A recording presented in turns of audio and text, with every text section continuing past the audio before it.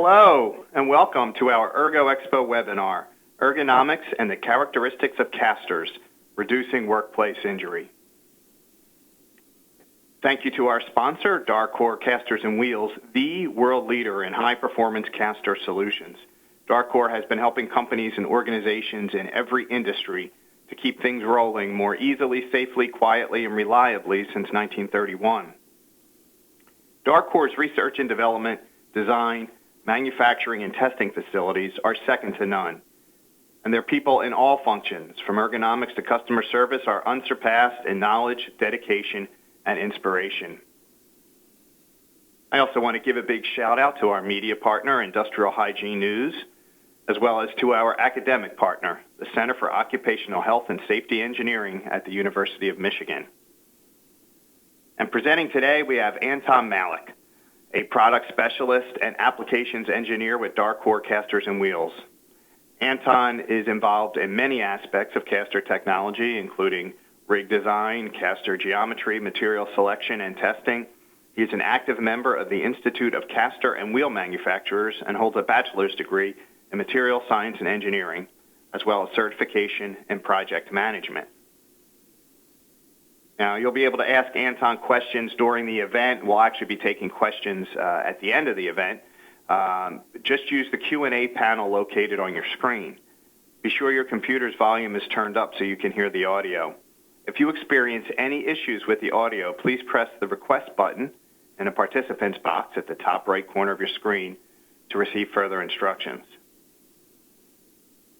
Within 24 hours, you'll receive a link to an archived version of the presentation that will be available online approximately 3 days after today's webinar and will be available for 1 year.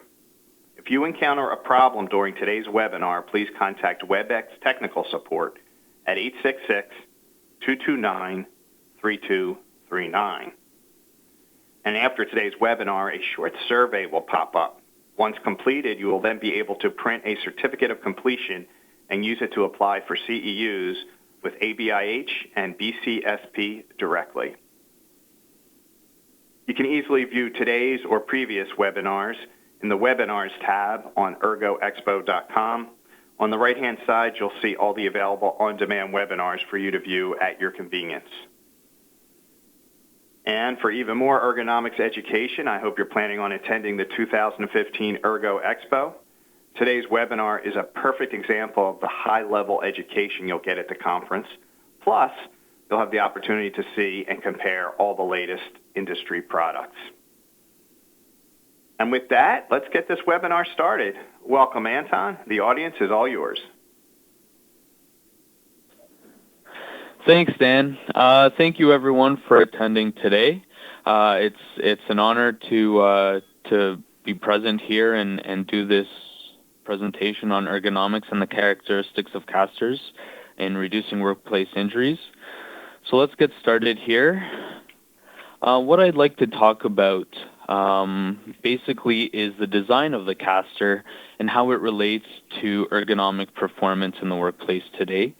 There's a couple of various characteristics that we're going to look at, including caster anatomy, wheel materials, floor conditions, operating environments, the rig design, and push-pull forces. And with that, let's go on to caster anatomy. So a caster is essentially a wheel on a yoke and a mounting plate. It looks like a relatively simple design or product, but in fact there's a lot of complex components that actually make it into something that's ergonomically friendly. You can change around things like the mounting plates to stems. You can change the yoke design, or you can change the wheel material. And the key aspects are, of course, the mounting plate, the yoke, and the wheel. The yoke and the wheel are what we deal with from an ergonomic point of view. The mounting type is usually more geared towards the designing of a cart, for example, where you're going to stick these casters later on. So you can see that you can have a couple of interchangeable parts, anywhere from ball bearings in your swivel head to a Y bearing, or as we like to call it, a taper bearing for side thrust applications and whatnot. You can also change things like the axle bolts and the actual precision sealed bearings in the wheels as well.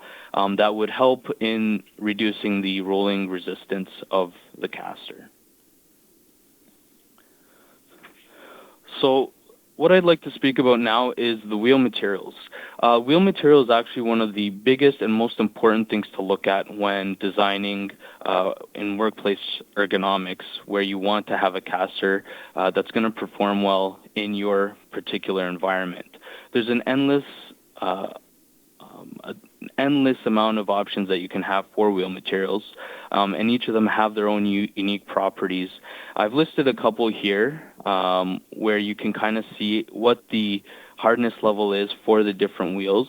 We have everything from phenolic wheels, which are extremely hard wheels with a shore hardness of 90D, or you can go to a much softer rubber-like wheel, which is a neoprene, which could be used for lower load capacities and for when you need a quiet, smooth rolling application.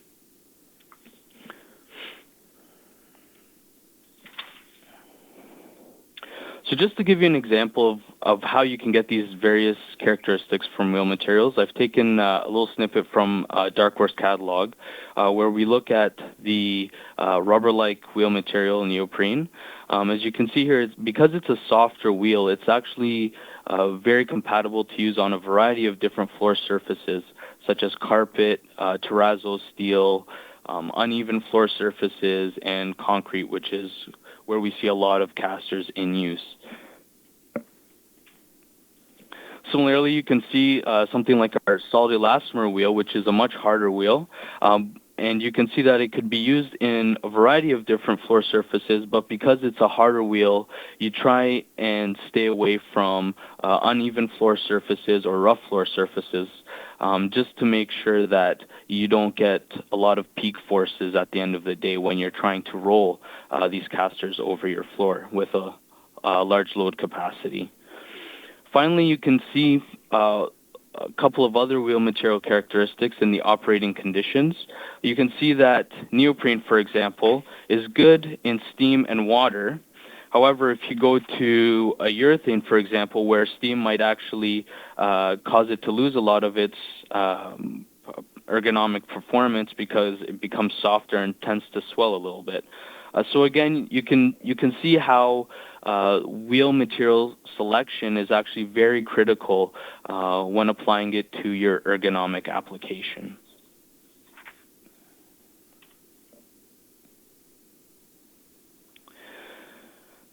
So now I'm going to talk a little bit about some of the more popular wheel materials that we see when it comes to casters and in ergonomic performance. One of the most popular that we see is the polyurethane wheel.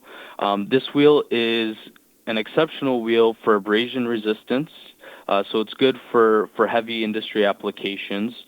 It's good. It has good machinability, so you can actually mold it or you can machine it to particular sizes and tread widths and whatnot, so that it's going to meet your application.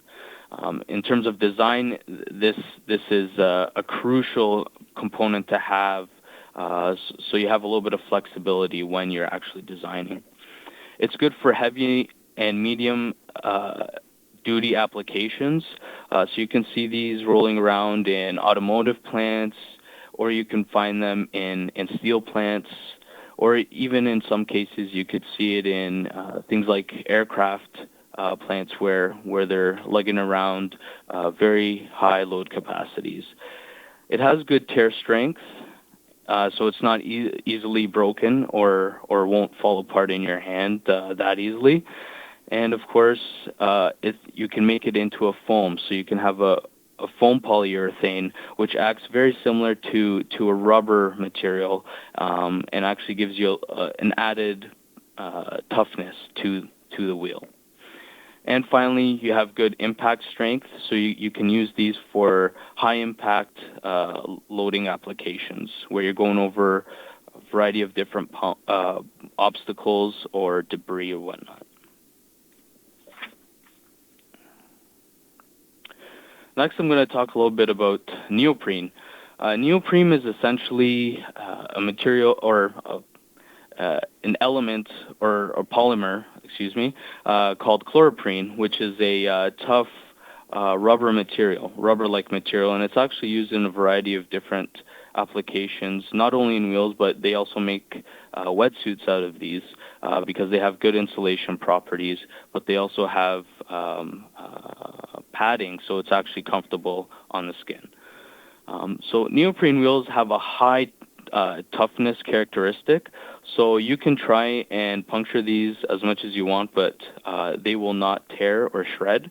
So they're very good in applications where you're going to see a lot of debris, so a lot of dust, metal shavings, for example, or anything like that. They can be injection molded, so it's a very easy production process.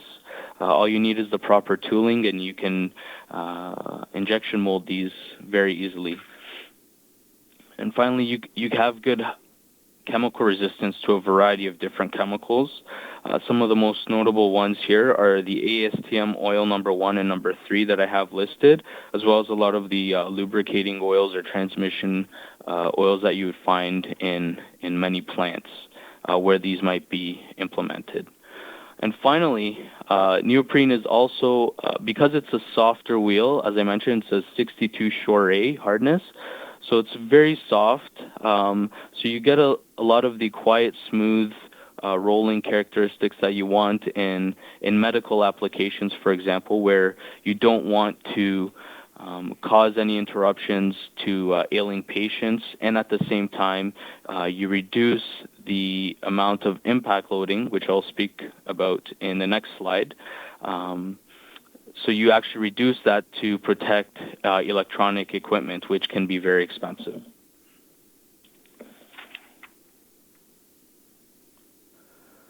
So as I mentioned, neoprene is very good when it comes to impact loading and actually absorbs a lot of that energy. What I have here is basically 2 graphs, one showing a hard urethane wheel, so around 90 Shore D, versus a durometer hardness of 62 Shore A for the neoprene, which is, again, significantly softer. And you can see from the graphs that the G-force for the urethane wheel is on average 35 Gs versus a neoprene wheel, which is on average 3 to 3.5 Gs, which is considerably lower. Now, what this means is that when you go over an obstacle, the load capacity that's applied to the caster actually increases by 35 times for the urethane wheel, but only increases about 3.5 times on impact for the neoprene wheel. So what this means is that you get reduced levels of noise because you're not hearing something banging against the obstacle. And at the same time, your peak forces are much lower for the neoprene wheel because your wheel tends to conform over the obstacle versus hitting it and then having to go over it. So your peak forces are lower, which again will reduce your push-pull forces. And finally, for durability purposes, your caster is more likely to survive for a longer period of time because it's not seeing as much stress over time. So again, this is very key to look at when you're designing for an ergonomic application because you want to make sure that the safety and welfare of your plant workers not only so that they can push and pull carts easily, but at the same time, there's no safety issues with the actual equipment that they're going to be using. Excuse me. Finally, looking at the opposite end of the spectrum from neoprene is the phenolic wheel. The phenolic wheel is a much harder wheel. It has good resistance to flat spotting and compression set, especially in applications where it's going to be sitting in the same area for a long period of time. You're not going to get a lot of flat spots on the wheel, which is imperative for the performance of the wheel itself. It's useful for heavy load capacity applications on smooth or clean floors. Very similar to cast iron wheels because they keep their form And if they're being used on a clean floor, these can be very effective and can give relatively low push-pull forces in that type of scenario. Again, they have good resistance to oils and grease, and they're also good for high-temperature applications because they tend to stay rigid at high temperatures. So in applications where you're going to be in autoclaves or furnaces, for example, this would be a caster of choice to use. So how does this tie in with, how do wheels and floor conditions tie in together? Theoretically, there's actually an equation that we use for this. It's looking at the resistance force, which is related to the coefficient of rolling resistance, which I'll talk a little bit more about, which is represented by the U-looking symbol there, times by the load capacity over the radius of the wheel itself.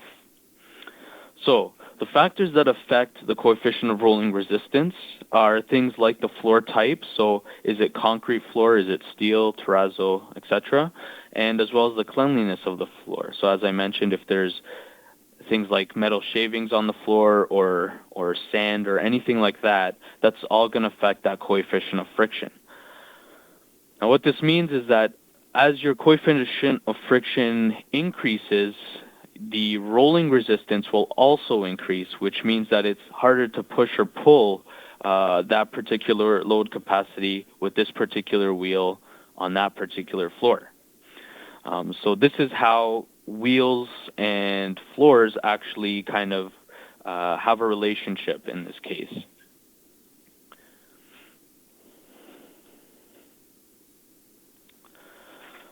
So this chart basically just represents how floor material as well as a tread material of a wheel can actually affect the coefficient of rolling friction.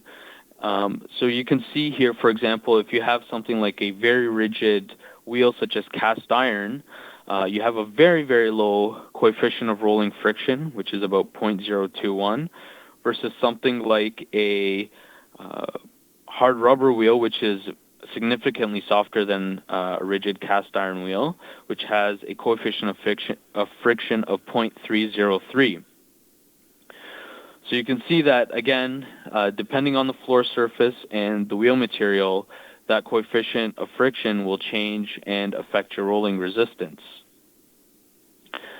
Now, the numbers look relatively low for the coefficient of friction if you're just looking at it individually, but what you will see over time, over larger and larger load capacities, is that it becomes very much more significant as you increase that load capacity.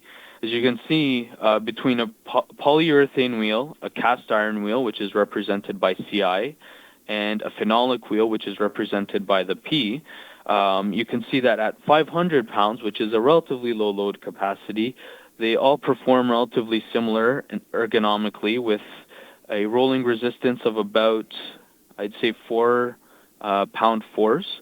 But as you can see that when you get up to 6,500 pounds load capacity, you're now looking at about 50 pound force for the polyurethane wheel. The cast iron wheel is still relatively low of about 35 pound force, and for the phenolic you're at about 42, 43 pound force. So again, the coefficient of friction is a relatively small number on paper, but in applications where you're seeing larger load capacities, it becomes a very, very significant factor.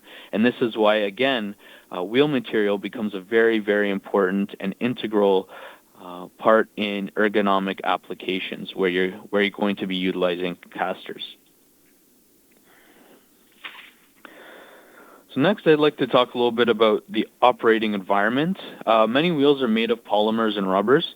So by nature, a polymer or a rubber material has relatively different material properties depending on the type of temperatures and cleaning agents that it would be exposed to.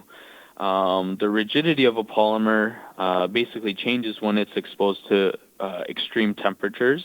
And the reason for this is because a polymer is made from cross-linked chemicals, basically, essentially, which create a rigid form that gives us the performance we need. What happens is once you introduce extreme temperatures, these cross-links tend to loosen up and actually cause the polymer to become softer and can affect the performance quite a bit if it's in a wheel form. Certain chemicals can cause swelling or softening of the polymer as well. And a great example of this is the chloroprene, which again is very similar to neoprene, where if you introduce turbine oil at 70 degrees Fahrenheit, it's fine. You can use it and everything is okay. But once you increase the temperature to 140 degrees Fahrenheit, you actually see a lot of severe swelling and softening of the wheel. So this is a great example of showing how chemicals and how the introduction of chemicals and temperature can actually change the properties of a polymer. So again, just to elaborate on this, operating environment is actually a very, very crucial factor to look at when deciding what type of caster to use for your ergonomic application. So now that I talked a little bit about wheels and material characteristics, I'd like to shift gears a little bit and go into the rig design. There's three main factors that can be modified in a rig design to increase the performance, ergonomic performance of a caster. These are a swivel offset. So I'll talk a little bit about moment arms and how that swivel offset can be changed to reduce swiveling forces. There's the wheel configuration, so having one wheel versus two wheels and versus three wheels. And then I'll talk a little bit about the swivel head, which is basically the section that rotates the caster in the direction of motion. So the swivel offset. Typically, the swivel force is usually the highest force that someone will experience when they're trying to move a cart. The largest swivel force would be when you're moving from a 90 degrees or perpendicular to the direction of travel. So what you can do to actually reduce that swiveling force is to increase the offset of the rig design itself. The offset is actually the center point of where the top plate is to the center point of where the axle is that connects the wheel to the rig itself. By increasing that, theoretically what you're doing is you're increasing the moment arm, and therefore you're reducing the force required to move the same load capacity in the direction that you need. So this is actually a relatively simple modification to a rig design, I should say, where you'll actually get a better performing caster just by changing the offset. Now, one of the small drawbacks of increasing the offset is you can actually have a weaker weld joint if your yoke legs are welded onto the swivel head. If you were to make that piece from or form that piece from one piece of metal, you can actually eliminate this issue, though.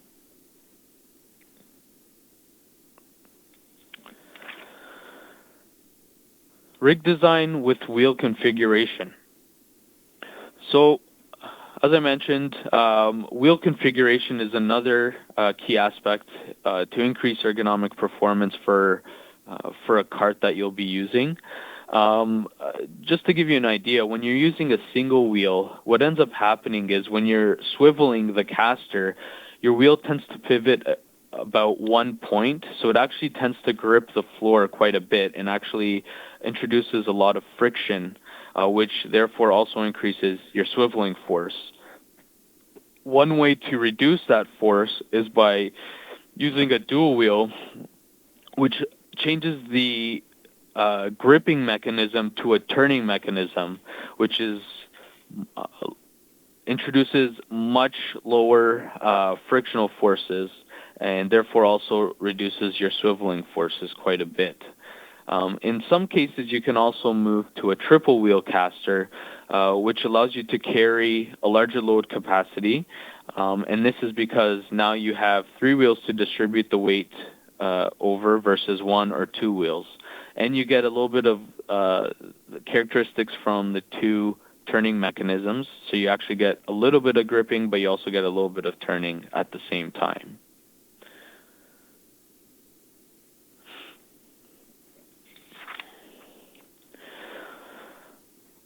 Finally, in rig design, the next factor that we look at is the actual swivel head of the caster itself. The swivel head is actually what holds the caster all together, and this is done by using a kingpin or a rivet. Now, one of the issues with using a kingpin or a rivet is basically you're concentrating stresses on a single point, which is on that kingpin or the rivet, and actually can cause catastrophic failure on the field if there's a lot of impact loading on the caster. The greatest advantage to having this type of design is basically that you're going to lower your costs. However, there are solutions to this, and that's with introducing a kingpinless caster. So with a kingpinless caster, you remove that kingpin altogether, and you actually have the top plate sitting right on top of the swivel head, and it's locked in place with the ball bearings. In this case, in this particular cross-section, you have 2 rows of ball bearings, which we call a dual raceway. So you actually now distribute the stress over a larger area, and therefore you reduce the risk of injury to the user, and you also reduce the event of a catastrophic failure, which again, from a health and safety point of view, is crucial, especially when you're designing a new cart.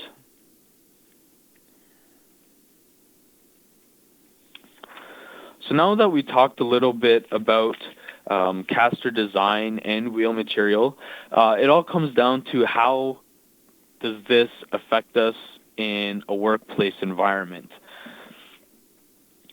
So here's an example where you as an ergonomist or a plant health and safety officer, you might have a mandate, a company mandate, where now 90% of a female population must be able to initially push a load capacity of 2,000 pounds every 5 minutes.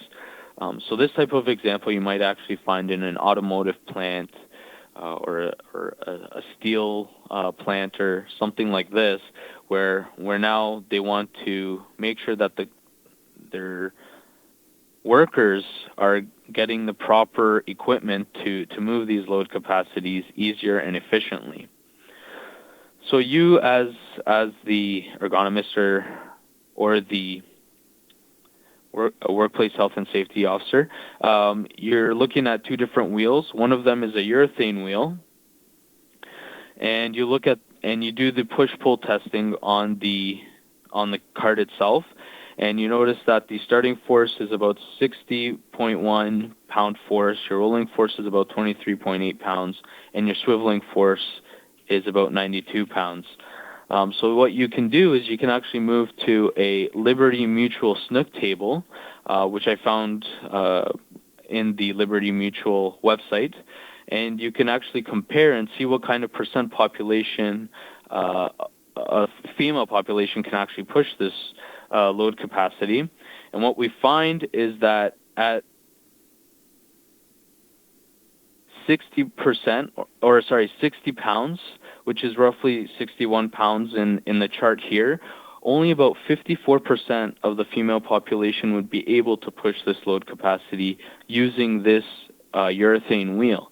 So So right off the bat, we know that this will not meet the mandate that has been applied by the company itself. So next you want to look at the swiveling forces, and you can see again that at 91 pound force, less than 10% of the female population can push this load capacity. So we definitely know at this point that we can't go to this particular urethane wheel for this application. So what you might do is now you'll move to a solid elastomer wheel, for example, which should have a lower hardness value than most urethanes out there that are being used. And you can see again that the rolling resistance is 27.3 pound force. The starting force is 27.3 pounds. The rolling force is about 11.6 pounds, and the swiveling force is about 47.6 pounds. So right off the bat, we see a considerable reduction in the push-pull forces just by switching out the wheel alone.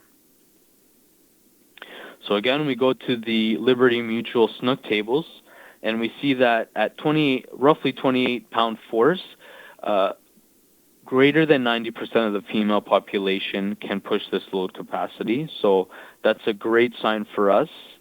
And then when we look at the push-pull forces, we see that it's not at 90%, but we see it at 81%, which is still considerably better than what we saw with the urethane wheel.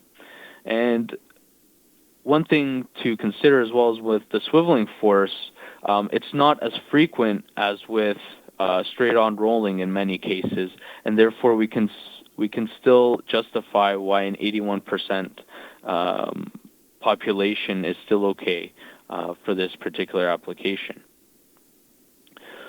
So this is what I have in regards to ergonomic performance and how casters are related to that. As you know, I'm from Darkcore Casters and Wheels. We create mobility solutions, and we've been doing it since 1931. We have the world's quietest, smoothest rolling, maintenance-free casters out there. And what we try and strive for here at Darkcore is to produce a caster that has ergo longevity, which means that the performance will stay this way for a long period of time. We save many of our customers time and money, and we meet many of the health and safety regulations that these customers have, and we have a significant opportunity in growing in the industrial ergonomic marketplace. So I'd like to say thank you again, everyone, and I hope to see you all at the ErgoExpo. Thank you, Anton. That was good. I think we're going to take some questions now. So remember to ask a question to use the Q&A panel located on your screen. And while you were talking, Anton, quite a few came in. Just go through me the first one. If we were to request wheel material specifications from a cart vendor, should this information be readily available? If you're going through a cart vendor, it's usually a little bit harder because they tend to concentrate more on the cart design versus a caster manufacturer, which actually specializes in the design and manufacturing of the caster. They would have more knowledge base in terms of what type of wheel material to use and for what application. Okay. So to get that information, you would suggest contacting the caster manufacturer. Yes. Okay. Yes. All right. Could you explain puncture resistance again? Yeah. Puncture resistance is essentially the toughness that a material would have against a puncture, or say, for example, if a nail or a razor, for example, if you try and stab the wheel, for example, the wheel will actually resist that, and no markings whatsoever will show up, especially in the neoprene wheel. Okay. Neoprene and urethane material comparison. Was the difference in the coefficient of friction measured? I have not measured them side by side. However, it's actually very possible to measure that coefficient of friction. All you would have to do is you have to set the concrete parameters, the load capacity, the radius of the wheel. So you got to make sure all these parameters are the same. And then all you need is a push-pull force gauge meter. And then all you have to do is just solve for the coefficient of friction. Okay. How do you measure push-pull forces consistently? I've noticed that measured forces plateau as weight increases, probably as a result of lower acceleration with heavier weights. How do you maintain constant acceleration? That's a great question. You're absolutely right. For push-pull forces, if you're doing it manually, one thing I would suggest is that you use a low acceleration. So when you're pushing it, don't put too much force or too much acceleration as you're pushing it. And this is again so you can keep it relatively consistent between a low load capacity and a high load capacity. Another solution for this is if your company has the money, you can invest in an actual push-pull force software and equipment, and basically you can keep your acceleration at a constant rate and measure that way. And in fact, if you need this done, Darkcore Casters is more than willing to do it for you. Excellent. Okay, here's another question. Swivel offset typically causes high initial forces when there are 4 swivels that have to change direction at once. As an example, a parked cart that is backed out. Basically binding. What solutions do you recommend? Changing swivel to straight is not an option. Want me to read that again? No, Okay. I got that. Basically, that's a very good question, and I've seen this application in a couple of different couple of different customers. One solution that we have for that is actually introducing a 4-position lever, which actually allows you to lock temporarily 2 of the wheels. So you actually change it to a rigid or half-rigid cart so that you can control the direction, and then you can disengage the 4-position lock right after and have it free swiveling once again. Okay. Any equations for offset length versus force to reverse direction? I don't have any equations at the moment for that, but it's definitely something to look into. Okay. Do you have a recommendation for a push-pull force gauge? Ooh. There's a couple out there. I don't remember the names off the top of my head, but they're relatively easy to come by. Just make sure that it's from a reputable company. Okay. How does wheel diameter work into the equation? Yep. So as you increase the wheel diameter of a caster, what usually happens is you have less likelihood of that wheel to get caught in potholes, for example, and it's not as hard to go over obstacles when you have a larger surface area. So by increasing the wheel diameter, you effectively decrease the rolling resistance and a lot of the peak forces out there just because of the nature of the size of the wheel. Okay. Anton, what is the best wheel material on a cart that moves in and out of a walk-in freezer, which would be at about negative 35 Celsius? For that application, I would use something like a solid elastomer wheel, mainly because it's a very low temperature, so it shouldn't affect the rigidity of the wheel too much.